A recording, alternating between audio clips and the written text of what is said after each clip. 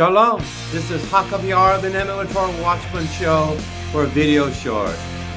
Did the rabbis of blessed memory create additional laws external to the Torah? The answer is yes.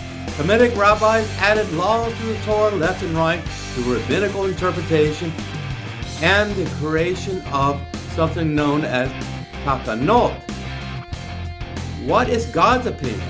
Well, read in Deuteronomy, chapter 4, verse 2, "You shall not add to the word which I commanded you, not take away from it." This verse is a warning to follow the commandments of God without changing them.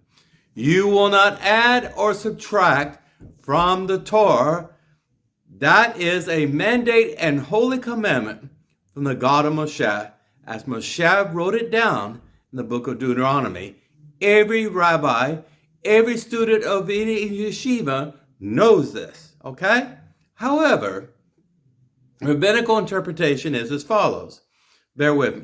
Rabbis interpret the Torah and oral law to create rabbinical law, which is an important part of Jewish law of today and originated primarily and codified in the Middle Ages. Takkanot, mentioned before, rabbis created takkanot or rules that are not based on biblical law or the 613 holy mitzvot, but are intended to benefit the public. For example, the practice of reading the Torah publicly on Mondays and Thursdays is a takkanot. So what I'm saying is, these are traditions, these are rituals, these are practices, and they may vary from country to country, across demographic, across every place in the world, based on rabbinical authority. Rabbis have different flavors of what they want in their synagogues. There's nothing wrong with it. But when you codify it as halakha and law, like Shulchan Aruch for a holy Sabbath, it is problematic because you are in that slippery slope of adding and subtracting to the Torah. Bear with me. Now, protecting the Torah. Rabbinical law prevents people from doing things that are like biblical prohibitions. In other words, fencing. I heard before an explanation by sages. They admitted that this is wrong, what they're doing, until the day of Mashiach, and then they reverse it all. But it's called fencing. In other words, they want to implement all these additional laws, which is codified in various tractates. And I already mentioned the Shulchan Aruch, which is all the laws and bylaws for Sabbath, and also reverse engineering all the Sanhedrin rulings and things like that from 2,000 years ago. They're doing this for our benefit. Why? Because we cannot control our animal passions. We need to avoid the evil eye. We need to avoid Lashon Hara. If you're a man walking down the street, you need to look up or down away from that woman on your side, even though she's a Jewish woman in your community, you know she's married. These kind of taboos are in there for our benefit. Now, ensuring social order. We don't like social order, right? Because majority of Jews, and 50 million of us, live as exiles in other nations. There's about 8 to 9 million in Israel. Now, rabbinical law helps society to function smoothly. Now, we have laws in our land that do that, right? We have in America, we have the U.S. Constitution. We have individual constitutions across 50 states. And we have laws and bylaws within every county, in every township within every state as well. That's a lot of laws to keep our social behavior in order. But listen, rabbinical law helps it run more smoothly for Jews living in that mixed Gentile exiled communities. So, in other words, witnesses to a divorce document sign their name so that document authority can be verified even if the witnesses leave town. Listen, Moshe reluctantly gave a divorce to those people that really, really needed it, okay? It should be not an ideal or normative thing, but something rarely happens. In fact, divorce rates among Jews are much less among Christians and Gentiles and our counterparts. You do need witnesses to make sure it's valid.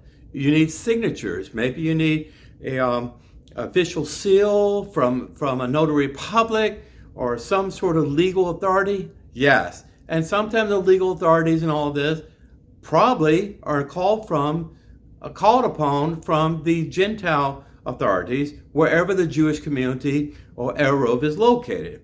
I understand this, but this is common sense.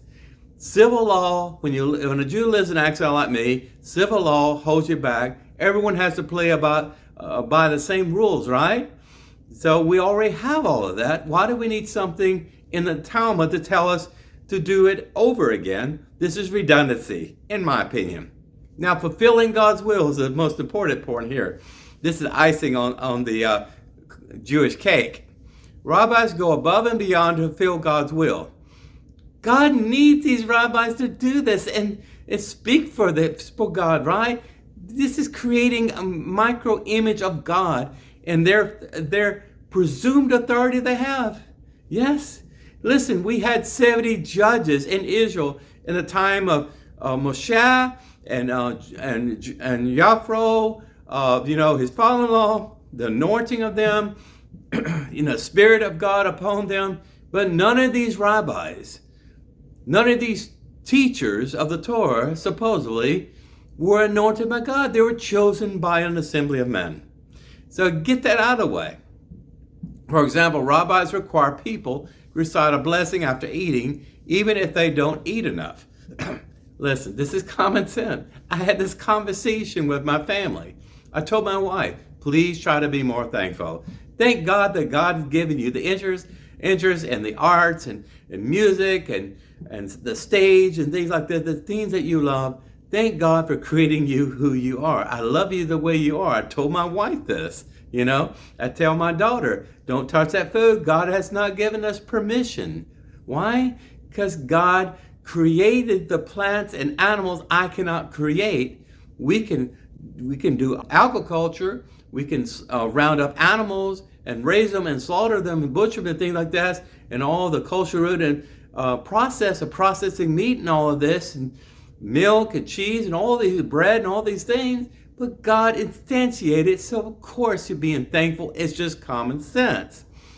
Why didn't God layer all this complexity and everything else within the Torah that before you eat, you need to be thankful God? It's in Proverbs, it's in elsewhere throughout the entire Tanakh, right? In our Jewish Bible. We don't need rabbis to tell us to hey, you may need to go to the bathroom today, right? You may need to change the toilet paper out, right? Right? If your wife and you are in family planning, you may need to report the status to your rabbi. If you get sick or something, can't come to synagogue services, the Sabbath or some holiday, you may need to call the rabbi and get permission to stay at home or to take medicine and things or do medical procedures on Shabbat. You have to ask the rabbi's permission. Listen, God enjoys an intimate relationship with us. He always wants it. Yehovah Halakam Ha'emet means our God is true. He's our God. He's the God of the rabbis. And God has created in his own image, an own spark of lovely, wonderful, beautiful, the Shama within us. God has that connection with us. If you listen to God, he's speaking to you. And it gives you an ounce of common sense. God is not a helicopter parent. He wrote everything we need in the Torah and the Tanakh for this future generation. The rest is for us to figure it out ourselves and use our common sense. Jewish law is based on written law, the Torah, and the oral law, which was passed down orally before being compiled into text. Listen. There's tons of instances of oral law recorded in the Tanakh, the Jewish Bible, as is. All the traditions, all the things about getting married, about infertility, about divorce, laws and everything else, all of this is in the Torah. All of this is in there. You don't have to create a mountain out of a molehill, in my opinion. Is the Talmud actually in itself progressive revelation? I hear Rabbi Tovia Singer criticizing Christians for progressive revelation and monkeying and altering my Bible. God bless him for saying that, but why does he not admonish the sages for doing the same thing? Okay? What is a rabbi's excuse? We need to be fenced in like barn animals because we don't know what's good for ourselves, because we do not know how to understand the Torah without reading the Talmud or asking a rabbi to explain and interpret what the Talmud means for us today. Listen, I respect all of our rabbis, the Hakams, the Torah scholars, and things like this. I do respect them. But the authority remains alone with God, right? Rabbis are teachers. They are the shepherds out there for the flock. That's it. They don't manage dynasties. They're not governors and all this other stuff. You have rabbis in Israel telling Haredi Jews, you don't have to register for the tribe. Why? Because it's in the Talmud, and Rossi said we don't have to fight and defend ourselves for our country. Listen, this is Hakam ben-Emmett signing out for Torah Watchman Show International. I hope you enjoyed this video show. If you've enjoyed this program, please click like and subscribe.